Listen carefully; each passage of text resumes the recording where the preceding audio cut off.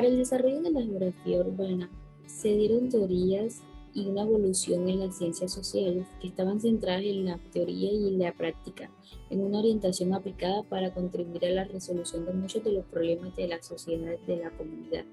La geografía urbana, como la geografía humana en general, experimentaron este proceso solo con mayor frecuencia e intensidad que otras ciencias sociales. Este debate se originó hacia críticas destructivas de los aportes anteriores, pues de manera que cada paradigma sustituiría al anterior, superponiéndolo a él en lugar de complementarlo.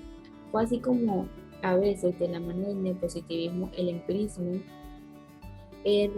renunció a los contenidos de la llamada geografía urbana clásica, acusándola de descriptiva, aplicando este término como sinónimo de eficacia, ya que el utilitarismo se convertiría en la razón de ser y la descripción no aportaba nada a la acción de que era lo que se pretendía. Unas veces esa preeminencia de la acción se pensaba el paradigma utilitarista de la planificación, olvidando que la filosofía del plan constituye la parte más valiosa del mismo, y otras veces a la acción social, como actitud proactiva, como construir una nueva sociedad desde la visión de una constada y pronta superación doctrinaria política. De este modo, pues la geografía urbana, heredada de la primera mitad del siglo pasado, fue suplantada por la corriente teórico-cuantitativa del neopositivismo utilitarista unas veces, y por la corriente marxista o neomarxista que venía en la ciudad con un espacio para el conflicto de clases, para la apropiación del valor del trabajo y la tierra por el capital, y en consecuencia de un espacio de poder. La primera aportaba la lógica espacial y la segunda la lógica social. Y aunque en el origen estaban subsegadas por una doctrina subyacente, es decir, el neoliberalismo capitalista y el marxismo radical, en sus cierres de ciclo, una vez liberadas de los pronunciamientos primarios y del fundamentalismo económico y social, dejaron a la geografía urbana nuevos contenidos que se añadieron a los anteriores. Desarrollan desde el inicio hasta la revolución industrial del siglo XIX. Estas ciudades pues se caracterizan por tener una poca población y ocupar poco espacio. Eran ciudades amuralladas, tenían planos regulares con calles muy estrechas. Su organización en la sociedad era para el edificio que realizaba y las minorías étnicas y religiosas eran ubicadas en zonas separadas. La mayoría de las casas eran una o de dos pisos. En el centro de la ciudad comúnmente pues, se ubicaban las construcciones más significativas de las organizaciones políticas, económicas y religiosas.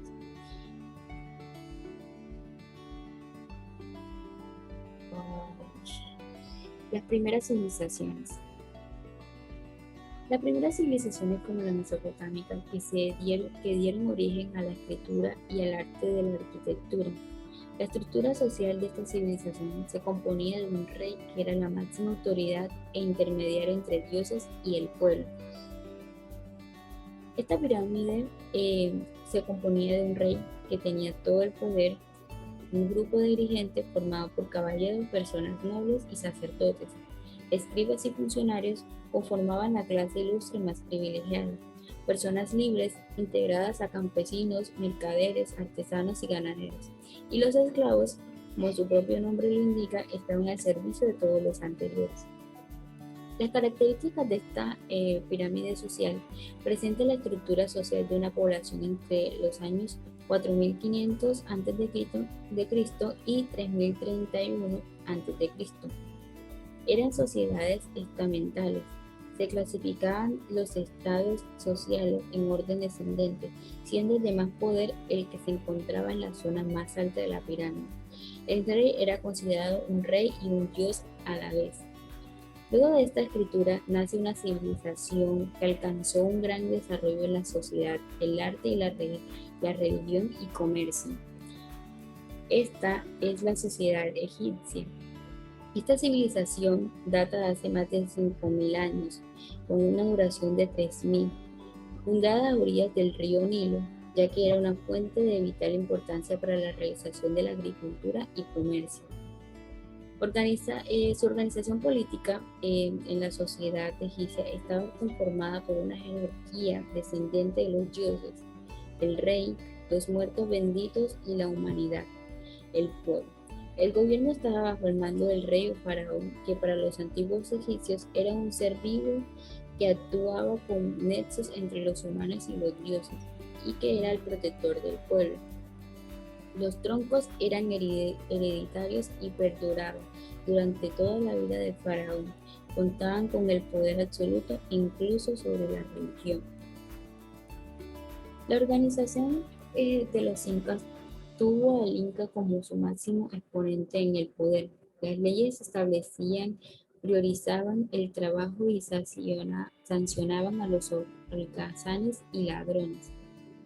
El inmenso territorio inca estuvo comunicado mediante red de cambios, el cual comunicaba los principales puntos de imperio que abarcó los actuales territorios de Perú, Colombia, Ecuador, Bolivia y Argentina. La sociedad inca fue jerarquizada y rígida, formando una pirámide donde el inca se encontraba a la cabeza en un imperio donde existieron grandes diferencias entre las clases sociales.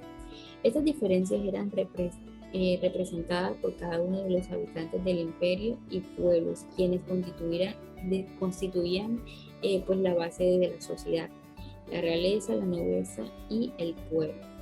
Los incas basaban sus actividades económicas en la agricultura y la ganadería. Los principales productos eran la papa, la quinoa, el maíz, oca, tomate, camote y la hoja de coca. Utilizaban el trueque como sistema de intercambio y de productos.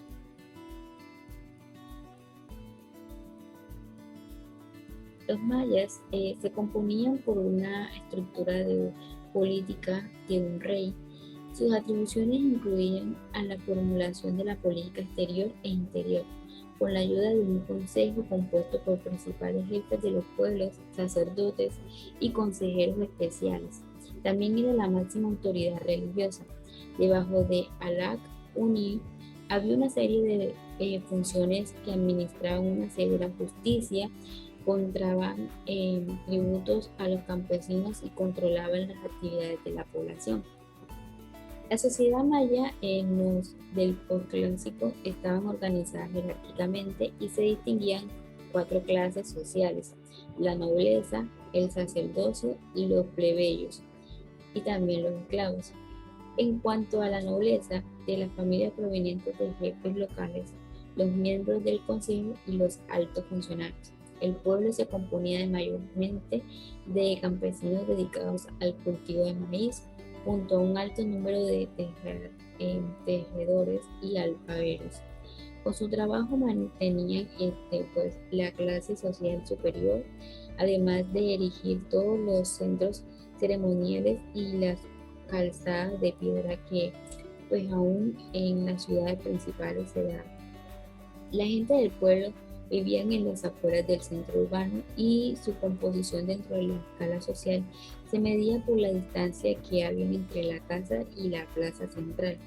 Los esclavos constituían el último eslabón en esta sociedad y adquirían su condición por nacimiento, robo, haber caído prisioneros en la guerra y ser huérfanos.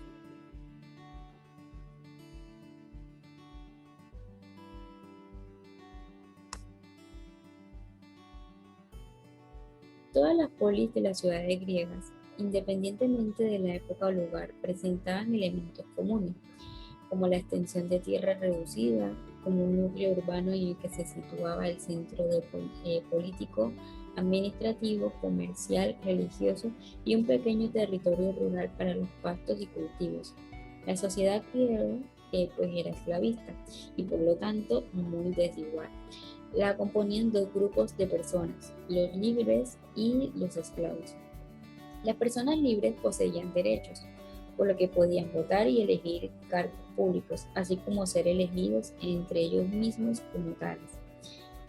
Los no ciudadanos o los esclavos carecían de derechos políticos y no podían obtener cargos públicos. Los esclavos estaban desprovistos de cualquier tipo de derechos y las mujeres libres en Grecia carecían de derechos políticos, estaban sometidas a un hombre.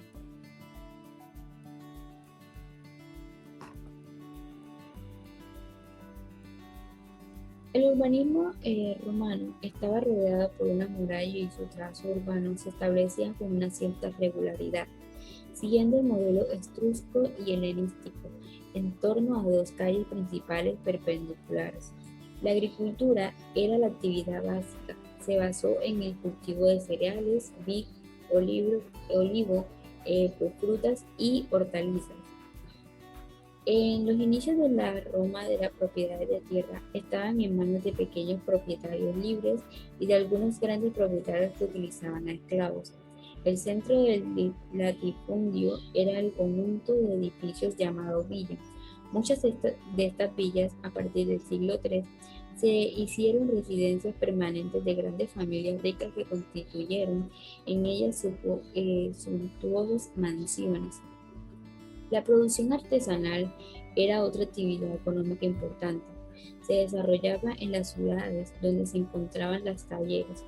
Esta actividad artesanal se extendió por todas las ciudades del imperio, que se fueron especializando en determinados productos y permitieron un florecimiento intercambio. El comercio se intensificó en el imperio gracias a la puesta en explotación y aumento de la producción provincial, al desarrollo del transporte marítimo y la red de calza.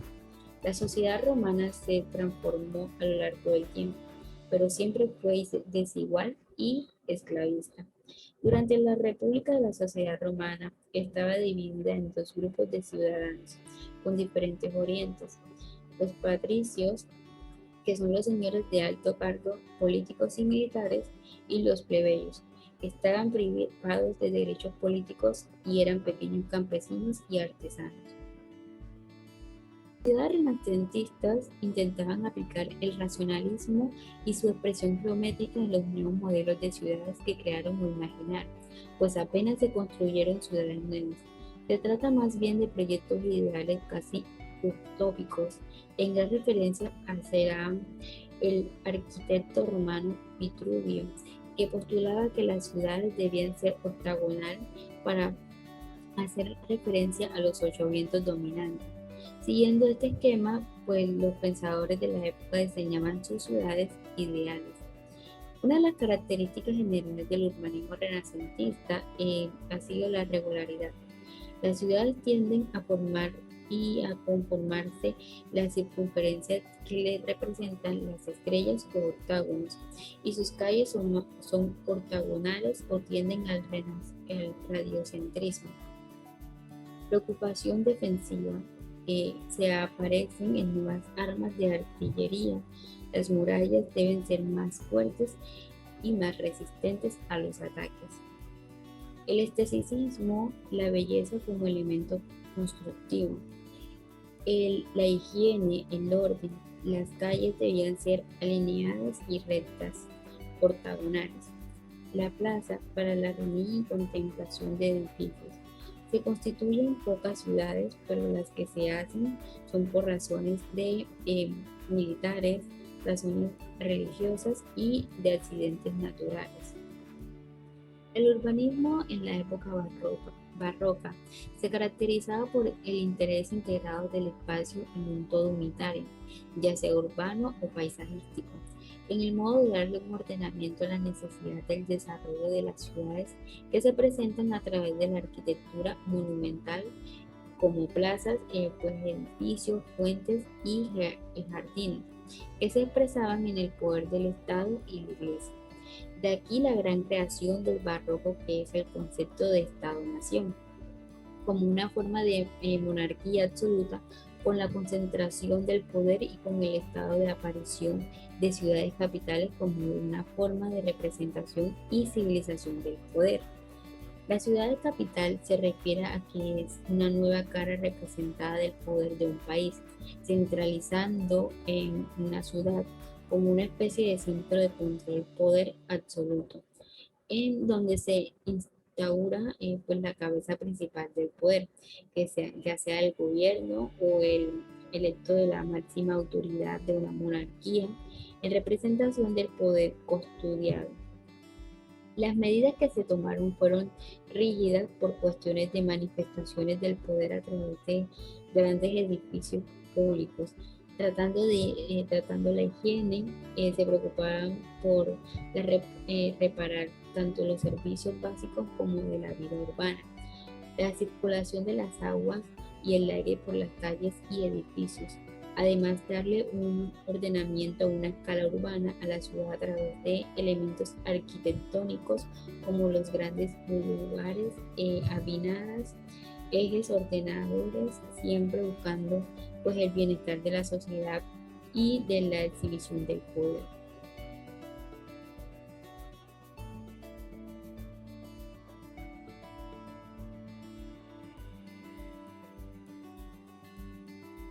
La ciudad de la industria trajo consigo la proliferación de viviendas haciendas para albergar a la multitud de obreros y que venían en el campo a la ciudad en busca de trabajo y mejores niveles de subsistencia.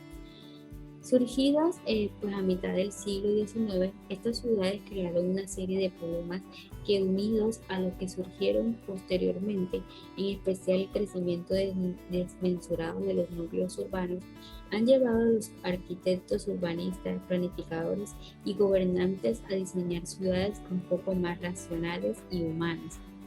Los, los problemas de la ciudad industrial, como la contaminación y la aglomeración, produjeron tempranamente la revolución de la planeación de la Corbusier, quien ideó las ciudades verdes, con espacios abiertos, las unidades de habitantes y los espacios habitables organizados.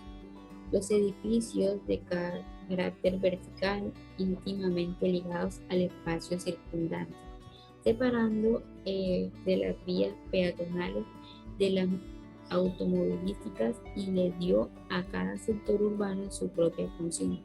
De ahí provienen el funcionalismo y el racionalismo en materia de la planificación urbana. A partir de la revolución industrial, de la primera revolución industrial del siglo XIX, se desarrollaron todas las actividades de transformación, dando lugar a la sociedad industrial o moderna, caracterizada por una sociedad postindustrial. Las principales características de esta sociedad son la concentración de la fuerza de trabajo que estaba en los sectores de servicio y en sectores primarios, el conocimiento teórico, científico, que se convierte en el motor de la economía y la transformación. La información es un elemento fundamental por las que la tecnología de la comunicación cobran mucha relevancia en el sistema económico. La innovación y la creatividad son un factor clave en el desarrollo de nuevas tecnologías. No solo hay un cambio en la economía, sino también en la demografía. Así pues, que la edad, que la edad promedio de la población aumenta como consecuencia de una mayor longevidad o los avances médicos. Visto de un punto de vista pues político, el poder dependerá más de poseer conocimientos y menos de la acumulación del capital o de los medios de producción.